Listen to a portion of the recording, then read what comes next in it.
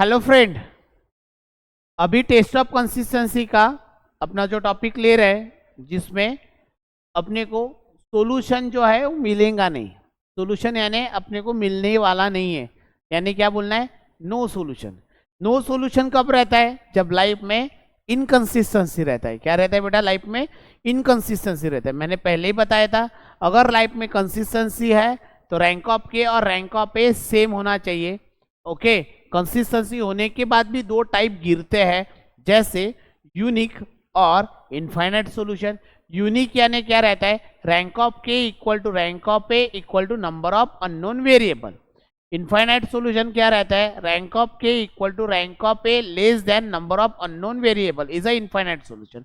But आज का जो टॉपिक ले रहा हूं मैं टॉपिक ले रहा हूं वो आपके लिए बहुत ही इंपॉर्टेंट रहेगा एग्जाम पॉइंट ऑफ व्यू। इसमें आपको आने वाला है नो सॉल्यूशन, यानी दिस क्वेश्चन इज ए क्या है बेटा? इन ए क्वेश्चन में अपन क्या पूछने वाले बता? नो सॉल्यूशन यानी लाइफ में इनकंसिस्टेंसी है, यानी इस क्वेश्चन में इनकंसिस्टेंसी निकलने ही वाला है। बट कैसे निकलेगा, कैसा कैलकुलेशन करना है? पहले आपने introduction of test of consistency में मैंने पहला वीडियोस लेक्चर और सेकंड वीडियोस लेक्चर दिया था, आपने अच्छे से बनाया होगा। अब ये थर्ड लेक्चर है। स्टूडेंट का ऑन डिमांड था कि सर नो सॉल्यूशन के लिए तो भी एक क्वेश्चन तो भी हमको सेंड बताइए यूट्यूब चैनल में, तो मैंने आपके लिए क्वेश्चन बना रहा हूं। अब देखो, हर बार की तरह करना क्या है, गिवन कौन सा इक्वेशन लिखना है? गिवन इक्वेशन लिखना है। साइमल्टेनियस भी लिखा तो भी चलता है। लिखो पहला equation x plus 2y plus z equal to 2। Second equation क्या है बेटा? 3x plus y plus 2z equal to 1। Then 4x minus 3y minus z equal to 3। Then 2x plus 4y plus 2z equal to minus 4। This is the equation number 1, this is the equation number 2, this is the equation number 3, this is the equation number 4। Okay,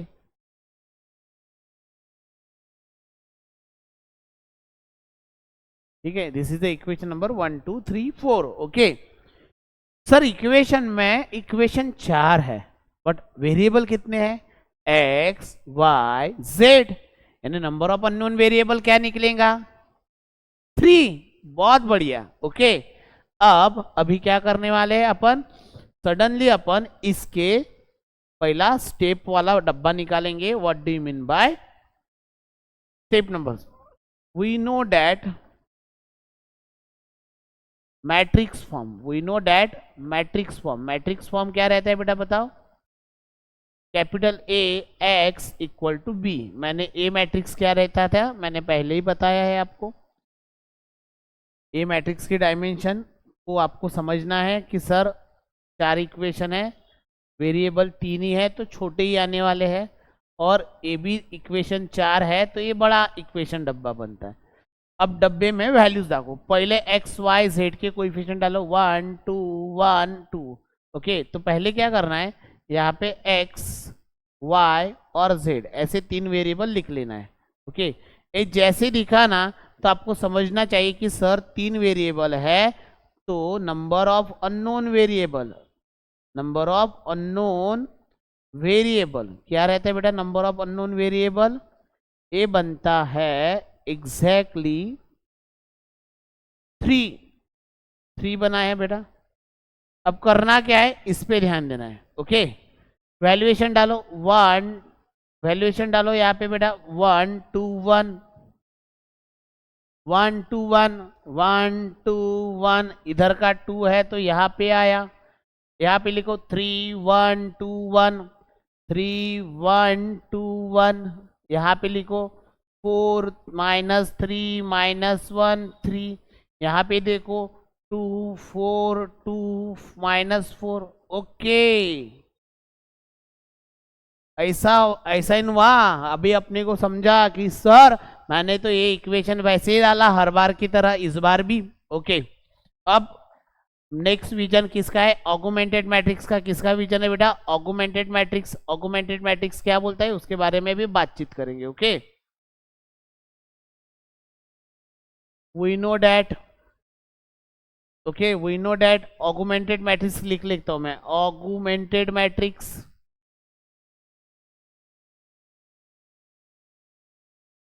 यानी के matrix बोलना है, matrix A compartment with B, matrix A compartment with B करना है। ये augmented matrix के बारे में अभी लिख लो अच्छे से। Okay, we know that augmented matrix अपने लिए बहुत इंपॉर्टेंट रहेगा। अब देखो यहां पे क्या करना है, के मैट्रिक्स उठाना है, राइट डाउन करना है और ए मैट्रिक्स बी मैट्रिक्स में कंपार्टमेंट लगाना है। इतना ही तो दिमाग का काम है अपना। ओके, मेरे को पता है आप कैलकुलेशन में सबसे एक्सपर्ट है, क्योंकि आपने फर्स्ट सेकंड 2 लेक्चर देखने के बाद आप ये देख रहे हैं 3rd लेक्चर, तो आपको अब कैलकुलेशन बताने का काम नहीं है कि कैसा इवेल्युएशन करना है। ओके, अब देखो यहाँ पे क्या है, इसके पहले फर्स्ट लेक्चर और सेकंड लेक्चर पढ़ने के बाद ही 3rd पढ़ना है, इतना ध्यान रखना है। अब इतना होने के बाद सीधा क्या करना है, यहाँ पे वेराइटीज डालो, वैल्यूज डालो, यहाँ पे 1 2 1 और आखिरी वाला क्या है 1। यहाँ पे क्या डालना है 3 1 2 1, यहाँ पे डालो 4 -3 -1 और यहाँ पे 3 डालना है, यहाँ पे 2 4 2 और यहाँ पे 4 डालना है। ओके, -4 है, सॉरी। यहाँ पे ऐसा होने के बाद यहाँ पे कंपार्टमेंट करो। अच्छा सर, ये रैंक ऑफ के यानी ये रैंक ऑफ ए है क्या? हाँ हाँ हाँ, सही सोच रहे हैं अभी। ओके, रैंक ऑफ के पूरा है और इतना जो है वो रैंक ऑफ ए है। तो सर रैंक ऑफ के निकालने के बाद रैंक ऑफ ए निकल जाता है क्या? सही बात है, बड़ा निकालो, छोटा नहीं मिल ही जाता उसमें से। छोटा निकालेंगे तो बड़ा नहीं मिलेगा, तो पहले पूरा बड़ा कैलकुलेट करो, उसमें से छोटा निकल ही जाएगा। तो अब क्या करना है, यहाँ पे ध्यान दीजिए। सबसे पहले आपको इसको 1 करना है, 1 है। अब मैं क्या करूंगा, R1 इंटरचेंज, R1 नहीं करना है, R1 नहीं करना है सर, R1 नहीं करना है, 1 R1 है। तो 0 किसका करना है, 3 4 2 को, 3 4 2, 3 lies on, 3 lies on R2, 4 lies on R3, 2 lies on R4, R2 changes R2, operator R1, R3 changes R3, operator R1, operator R1, R4 changes R4, operator R1, सर्व।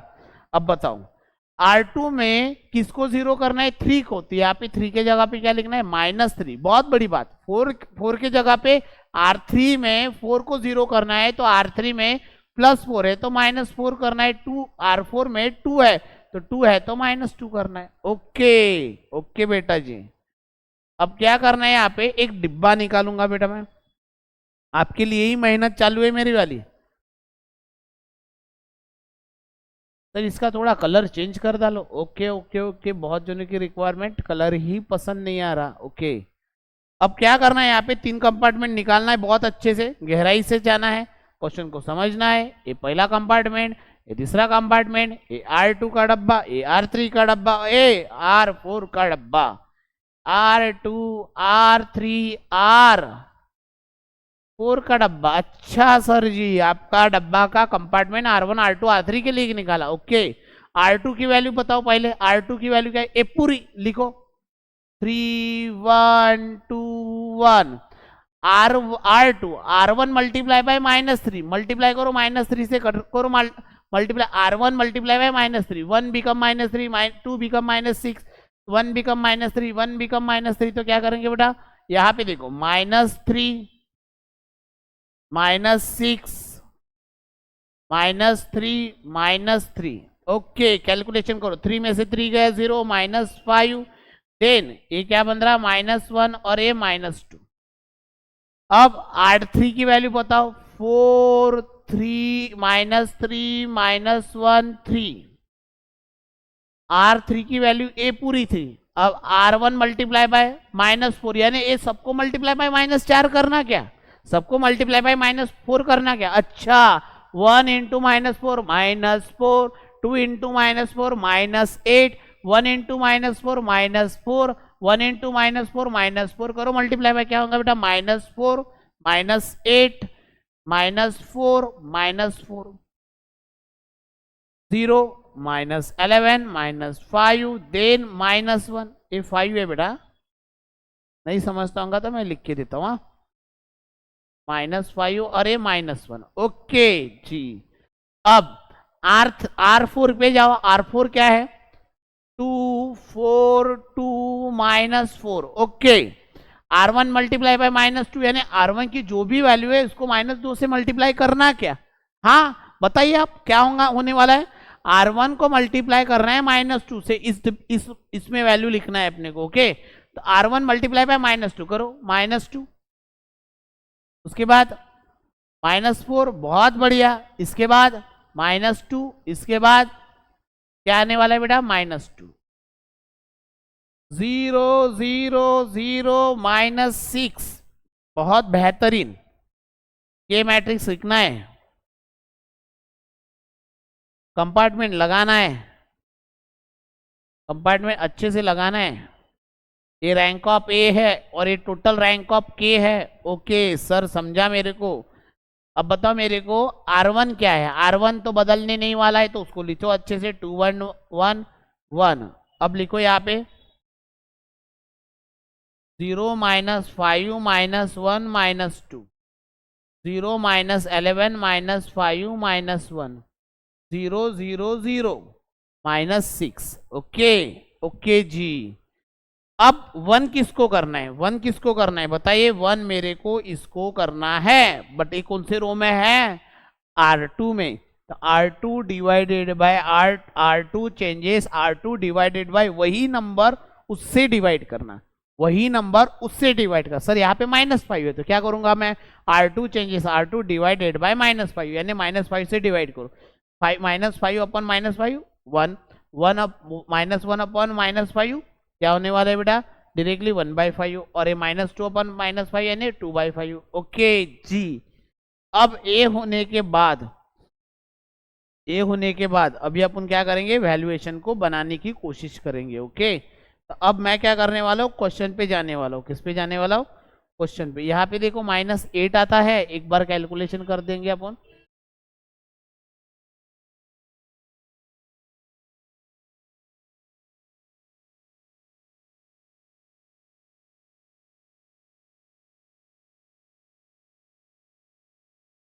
-4 है ना,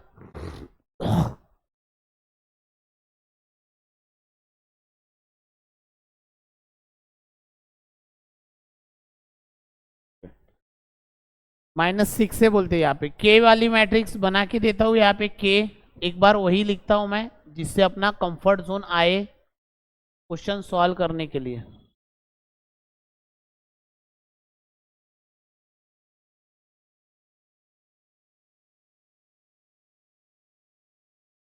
ओके, वैल्यूएशन लिखो यहाँ पे 1 2 1, और यहाँ पे 2 है सर, और यहाँ पे क्या आया था 0 -5, मैंने -5 से डिवाइड करने को बोला था, -1 -5, उसके बाद क्या है बेटा 0 -11 देन -5 देन -5, इसके बाद क्या करना है 0 0 0 0। अच्छा जी, 0 0 0 नहीं है, 0 0 0 0 0 नहीं है, 0 0 क्या है -6 है, -6 है। ओके, अब क्या करेंगे,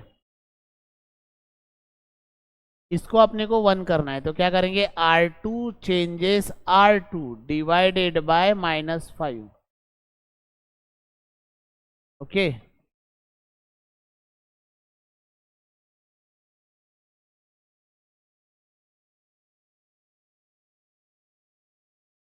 क्या होगा बेटा 1 2 1 2, 0 -11 -5 -5, 0 0 0 -6। ओके, यहाँ पे करो -5 से डिवाइड, 0 -5 अपन -5 1, 1/-1/5 1/5 और यहाँ पे -5/-5 यानी 1। ओके, अभी अपने को क्या करना है, इसको 0 करना है। पर ऑपरेटर कौन रहेगा अपना, ऑपरेटर R2 रहेगा। ऑपरेटर क्या रहने वाला है, R2 ऑपरेटर बनने वाला है। ओके जी, अब क्या करेंगे, अपने को इसको 0 करना है, तो मैं R3 चेंजेस, R3 ऑपरेटर कौन है बेटा अपना R2, ऑपरेटर कौन है R2, -11 है, -11 है तो +11 करना है। R3 changes R3 operator R2, R3 changes R3 operator R2, -11 है तो +11 करना है, -11 है तो +11 करना है। अब वैल्यूएशन में डालो, R3 की वैल्यू लिखो 0, -11 -5 -5, 11 से मल्टीप्लाई करो इस टर्म को, क्या होगा 0, 11 × 1 11, 11/5 11/5 और यहाँ पे क्या करना है 11/5 11 होंगे। कैलकुलेशन करने के बाद 0 + 0 -11 + 0 देन -5 + 11/5 अगर आप करते हैं तो -25 + 11/5 यानी ये बनेगा -14/5 -14/5 और ये क्या बनेगा बेटा -6 + 6। ओके, अब यहाँ पे के मैट्रिक्स लिखना है, यहाँ पे लिखना है अपने को, मैट्रिक्स को अच्छे से लिखो। यहाँ पे R3 बदलने वाला है 1 2 1 2 और यहाँ पे 0 1 1/5 और ये 1 और यहाँ पे 0 0 0 0 और यहाँ पे क्या लिखेंगे बेटा बताओ, R3 बदलने वाला है 0 0 -14/5 और यहाँ पे 6। सर बोलना यहाँ पे कैलकुलेशन करना है, क्या करना है, यहाँ पे 6 आया ना, यहाँ पे क्या था अपना 6 था। Okay,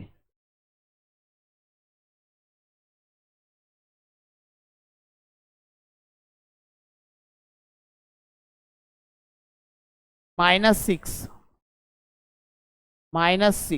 okay. अब देखो यहाँ पे मैंने आपको पहले ही बताया था कि आपका काम एक है कि सर क्वेश्चन सॉल्व करते समय मेरे को ए जो है इसका मेरे को क्या करना है, अपर ट्रायंगुलर मैट्रिक्स करना है। क्या करना है, अपर ट्रायंगुलर मैट्रिक्स करना है। ओके, अब बताओ यहाँ पे रैंक ऑफ के कितना है, टोटल रैंक ऑफ के देखो, पहले टोटल रैंक ऑफ के देखो, टोटल 0 है क्या, नहीं है, तो क्या लिखना है नॉन जीरो, क्या लिखना है नॉन जीरो, यहाँ पे नॉन जीरो, यहाँ पे नॉन जीरो, यहाँ पे नॉन जीरो। अच्छा सर बोलना, यानी रैंक ऑफ के इज इक्वल टू 4। अब रैंक ऑफ ए के बारे में बोल रहा हूं, रैंक ऑफ ए यानी क्या है सर, ए में अगर जाना है तो इसमें डूबना है, इसमें ही डूबना है। अच्छा, यानी ये बक्से में रैंक ऑफ के ए है क्या, हाँ।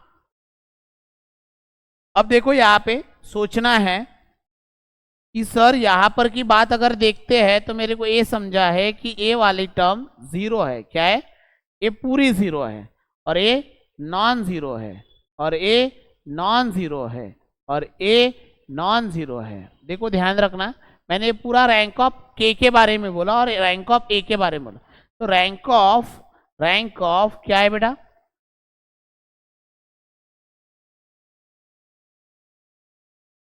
कितना है बेटा, रैंक ऑफ के कितना है बेटा, ये 3 है।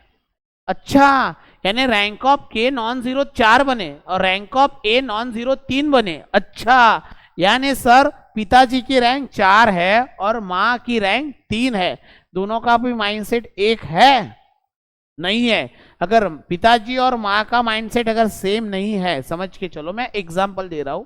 ओके, देखो अगर हस्बैंड और वाइफ का अगर माइंडसेट सेम नहीं रहता है, हस्बैंड और वाइफ का माइंडसेट अगर सेम नहीं रहता है तो इस टाइम पे लाइफ में क्या होता है, इस टाइम पे लाइफ में अपने को क्या होता है, इनकंसिस्टेंसी मिलता है। लाइफ में क्या हुआ, हस्बैंड और वाइफ का माइंडसेट सेम होना चाहिए तब अपन क्या बोलते हैं, कंसिस्टेंसी। क्या बोलते, सेम रहता है तो कंसिस्टेंसी, अगर सेम नहीं है तो इनकंसिस्टेंसी। तो लिखना है, यहाँ पे लिखना है, ये दोनों को लिखने के बाद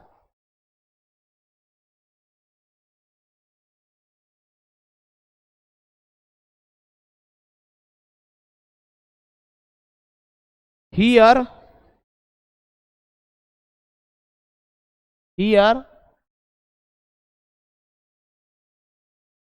ब्रैकेट, हियर ब्रैकेट, क्या लिखना है, रैंक ऑफ के एंड रैंक ऑफ ए की वैल्यूएशन लिखना है 4 और यहाँ पे 3।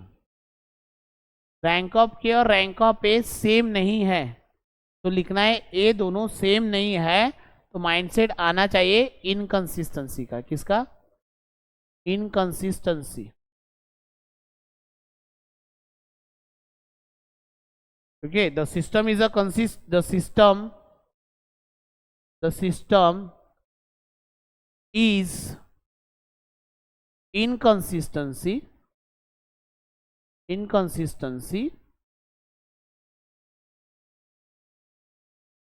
hence